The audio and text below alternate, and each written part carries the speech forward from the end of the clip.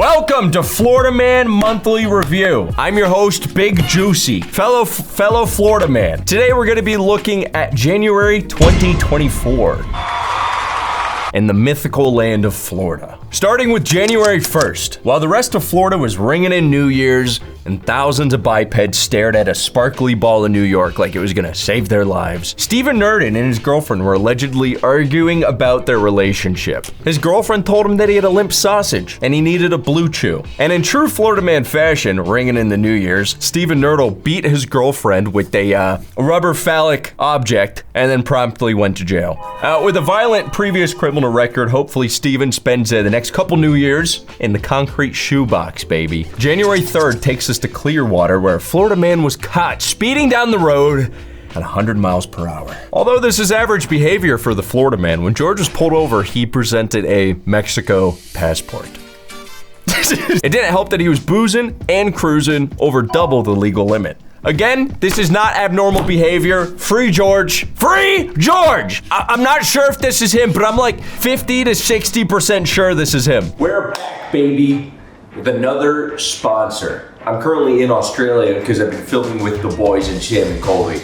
But I'm here today to tell you about Raid Shadow Legends. It's the game that you know, you love, you've heard plenty about. It has over 800 unique champions, tactical RPG battle system, incredible graphics, and intense PvP and PvE combat. Raid Shadow Legends is completely free to play with millions of players and billions of ways to customize and play and build up your champions. And to celebrate 2024, Monster Hunter and Raid are collaborating. From January 9th to March 5th, players can collect 5 Monster Hunter themed champions. Get your first legendary champion by simply logging into Raid for 7 days between now and March 5th. Players can collect the remaining 4 legendary champions via in-game events and special community events. If you haven't started already, quit drooling on your phone, click the link in my description or scan the QR code, download Raid now.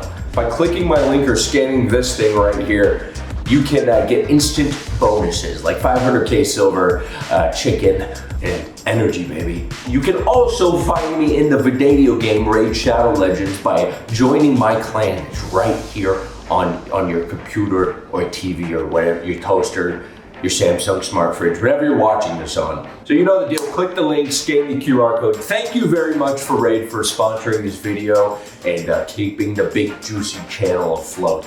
Back to the memes. Well, on the 4th of January, a tornado ripped through Fort Lauderdale. An unnamed Florida cryptid was spotted 4 miles offshore on a unicorn floaty. The Florida floater had hooked a 10-foot long shark, which literally drug him miles offshore. Dude, what are you doing? Oh my God! You have a shark? He's getting towed around. By a shark? Look at the whole thing is moving. You want to land this thing or should we just cut the line? Let's land it. I'm already out here. Don't forget the unicorn. I respect it, but what the f was the logic here? Like, tons of respect for the fisherman, but like, what, when you reel it in, what was he gonna do when he reeled it in? On January 5th, a Florida man's toilet f***ing exploded in a Dunkin' Donuts. And he's finally suing for a figure of $50,000 for long-term bodily injury. I'm not sure how Dunkin' Donuts is responsible for you eating Taco Bell, but good luck with that. I'm sure he'll spend that $50,000 like any Florida man on a used BMW or maybe a boat that he'll take out every 4 years. While our Florida man is putting pen to paper against the evil Dunkin' Donuts Corporation, Miami was mustering every single police officer in Southern Florida to combat a 10-foot tall alien in a Miami shopping mall. Here's a picture of the alien shopping in a brand new pair of 1460 Doc Martens. This is not a drill. We at Big Juicy Incorporated have footage of the alien right here, which we're playing on the screen at the moment. And look, here's the official leaked footage. All 10 pixels of that alien. It's real, they're here, they're among us, and they're shopping.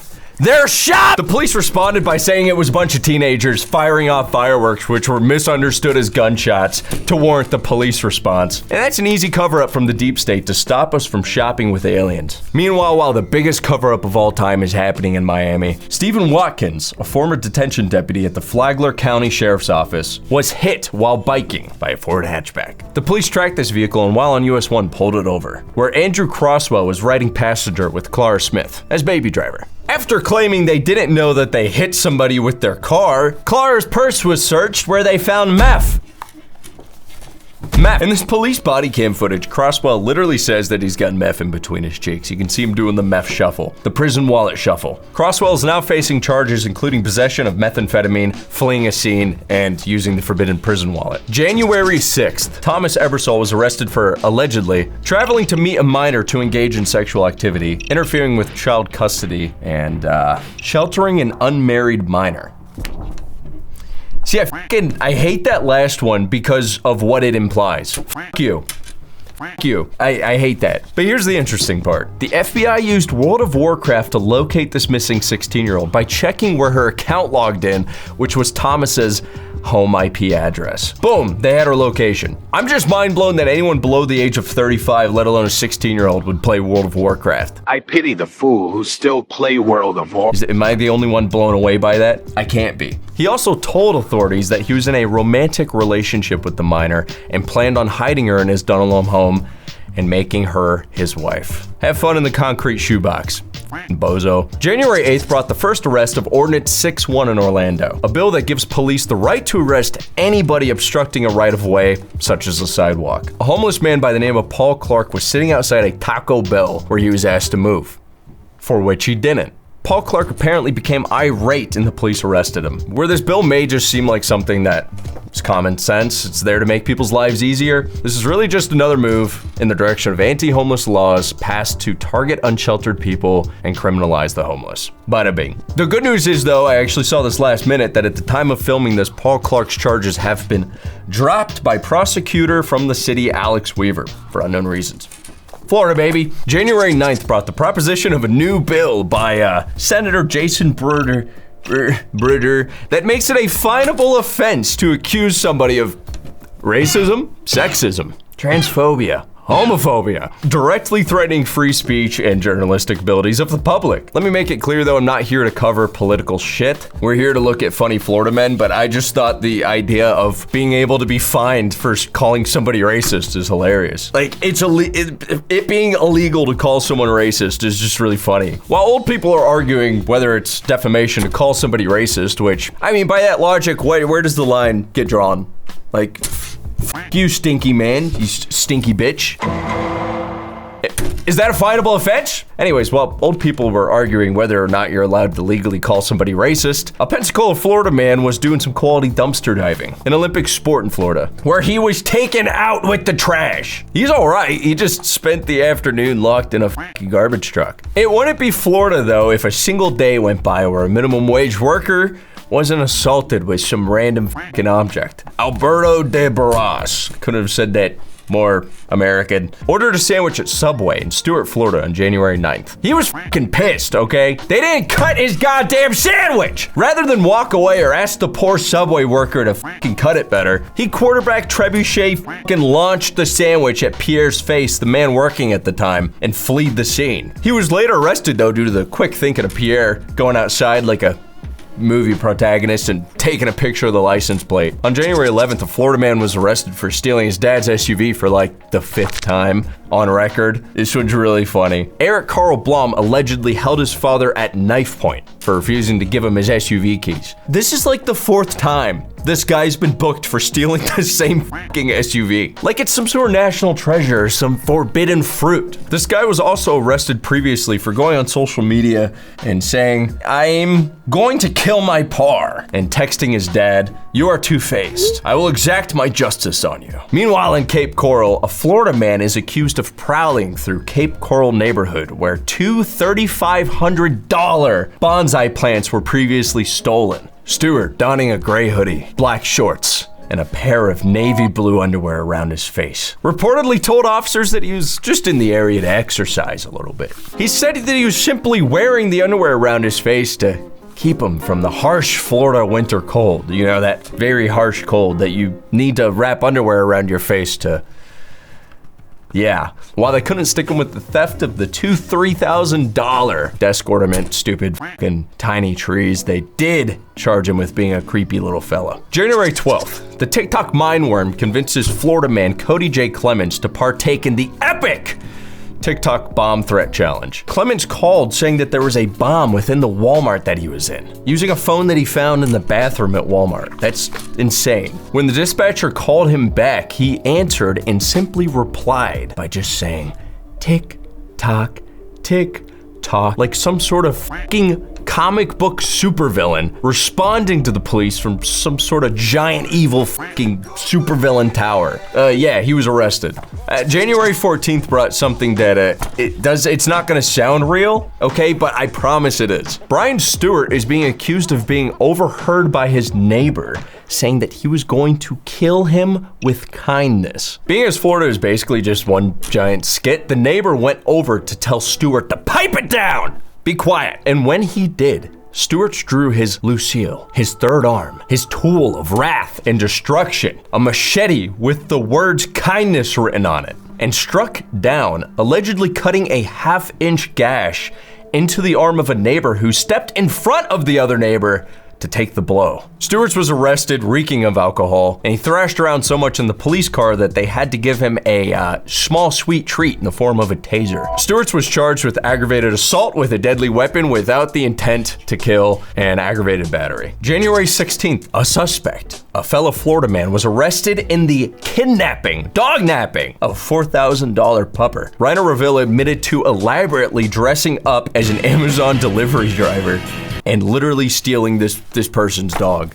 He yoinked the dog. A month later, police somehow found out it was him. He admitted to the whole thing, and he still had the dog, and he just returned it. I'm not sure how you follow the trail of evidence on a dog napping, but good work, fellas. January 17th, a veteran-owned concrete company replaces free of charge the driveway of Amanda Brocia, an Orlando woman who in late December had her entire driveway stolen. I'm not kidding, you can't have shit in Florida. Start padlocking and chaining down every single one of your possessions if you live in Florida, because nothing is safe from the Florida man, not even your fucking driveway. Amanda had her driveway stolen as soon as she went to sell her home. Nonetheless, a veteran-owned company, Concrete Specialty, swooped in, ran and owned by veteran Michael Rowland. He saw someone in his community that needed help, and he knew he could help them, so he helped free of charge. This is absolutely poggers. You rarely get like a feels-good resolution in Florida. This is amazing. Unfortunately, the rest of January 17th was not amazing and brought mostly horrific and degenerate behavior from our fellow Florida man.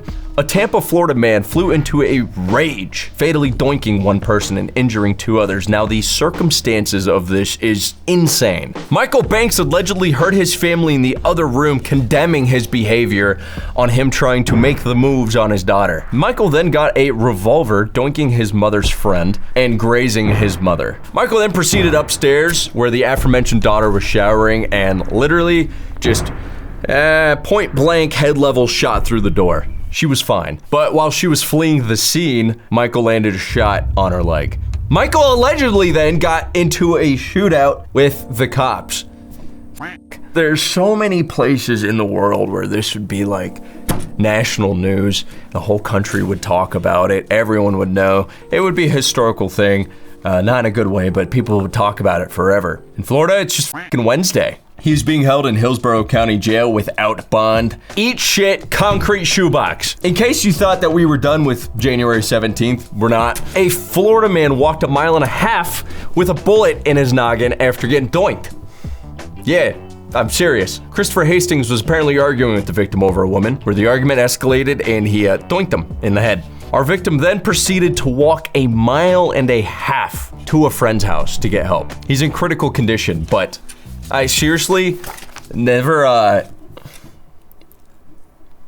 do not ever underestimate the fortitude and the Long John Silver's fueled iron will of the fellow Florida man. Hey man, y'all got beer still? Is he taking the last bit of the beer? Are you taking the last bit? Come here, bring yours. We're almost done. Don't be sad, just be happy it happened. January 18th, the start of a new day. Surely everybody got it out of their systems on the 17th, and the Florida men can rest easy. No.